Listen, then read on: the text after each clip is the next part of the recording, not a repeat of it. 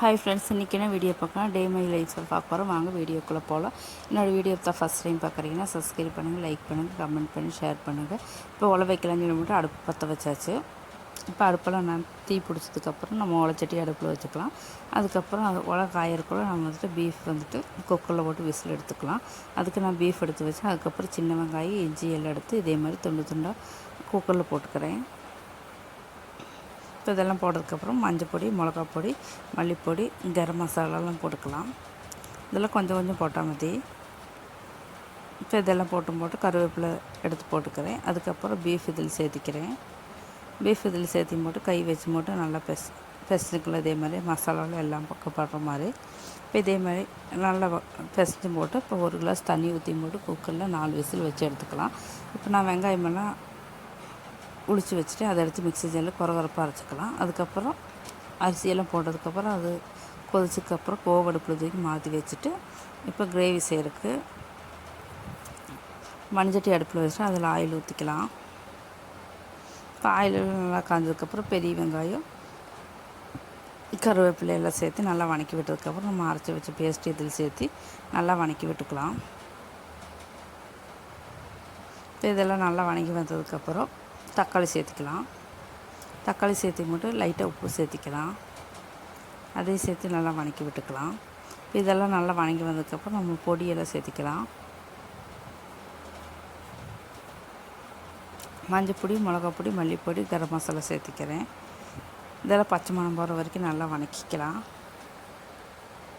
இப்போ நல்லா வணங்கி வந்ததுக்கப்புறம் நம்ம பீஃப் எடுத்து வச்சுருக்க பீஃப் சேர்த்திக்கலாம். பீஃபெல்லாம் எடுத்து சேர்த்தியாச்சு. இப்போ வந்துட்டு நம்ம மீட் மசாலா சேர்த்து கொதி வர வரைக்கும் வெயிட் பண்ணிக்கலாம். இப்போ அதை நல்லா கொதி வந்ததுக்கப்புறம் கருவேப்பிலை தூவி போட்டு பீஃப் இறக்கி வச்சுக்கலாம். இப்போ சோறெல்லாம் வடித்தாச்சு. இப்போ காலையில் வந்துட்டு ஸ்கூலுக்கு போகலான்னு சொல்லி போட்டு இட்லி ஊற்றி வைக்கணும்னு சொல்லி இட்லி ஊற்றி வச்சுட்டுருக்கிறேன். இப்போ இட்லியெல்லாம் ஊற்றி வச்சாச்சு.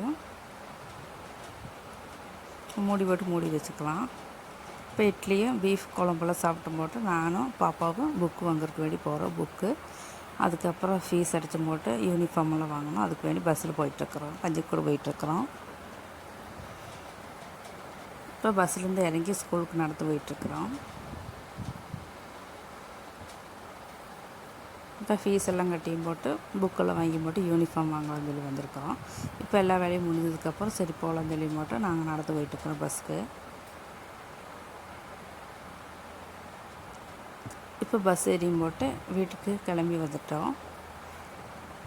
இப்போ வீடெல்லாம் எத்தியாச்சு. அதுக்கப்புறம் மத்தியானம் லஞ்சு சாப்பிடலாம்னு சொல்லி ஒயிட் ரைஸும் பீஃப் கிரேவியும் வச்சு இன்றைக்கி லஞ்சு சாப்பிட்டாச்சு. அதுக்கப்புறம் சாயங்காலமாக எடுத்து துணியெல்லாம் இருந்தது அதையெல்லாம் துவைக்கலாம் சொல்லி போட்டு எடுத்து வச்சுருக்கிறேன். அதுக்கப்புறம் நைட்டு டின்னருக்கு வந்து போட்டு பெரிய வெங்காயமும் தக்காளி, அதுக்கப்புறம் மிளகாயெல்லாம் சேர்த்தியும் போட்டு கார சட்னி, அதுக்கப்புறம் தேங்காய் சட்னி அரைக்கலாம்னு சொல்லி போட்டு இப்போ வெங்காயமெல்லாம் இதே மாதிரி கட் பண்ணிக்கிறேன். இப்போ தக்காளி கட் பண்ணிக்கிறேன். கட் பண்ணியாச்சு. இப்போ கேஸ் ஸ்டவ் ஆன் பண்ணி போட்டு 3 மிளகா போட்டிருக்கிறேன். அதுக்கப்புறம் இதில் ஆயில் சேர்த்துக்கலாம். இதெல்லாம் சேர்த்து ஒரு கரண்டி வச்சு நல்லா வணக்கிக்கலாம். இப்போ நல்லா வணங்கி வந்ததுக்கப்புறம் கருவேப்பிலை, கொத்தமல்லி, புதினா, அதுக்கப்புறம் உப்பு சேர்த்தியும் போட்டு நல்லா கிளறி வச்சு போட்டு ஆற வச்சுக்கலாம். அதுக்கப்புறம் தேங்காய் சட்னிக்கு பச்சை மிளகா, அதுக்கப்புறம் இஞ்சி, பூண்டு, பொட்டுக்கடலை, தேங்காயில் சேர்த்து தேங்காய் சட்னி செஞ்சாச்சு இன்றைக்கி.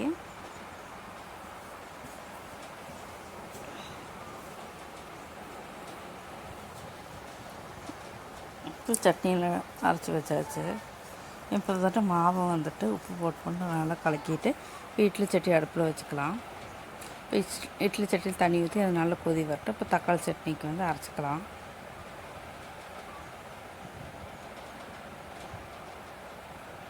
இப்போ இட்லி சட்டியில் தண்ணியெல்லாம் நல்லா கொதி வந்துச்சு. இப்போ மாவு எடுத்து இட்லி தட்டில் ஊற்றிக்கலாம்.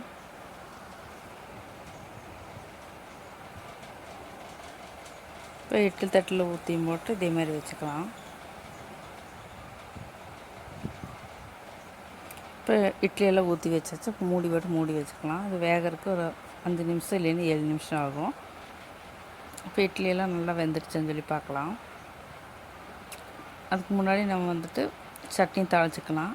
இப்போ சின்ன கடாய் எடுத்து அடுப்பில் வச்சு போட்டு அதில் ஆயில் ஊற்றிட்டு கடுகு கருவேப்பிலையும் போட்டு தக்காளி சட்னி தேங்காய் சட்னியும் தாளித்து எடுத்து வச்சுக்கலாம்.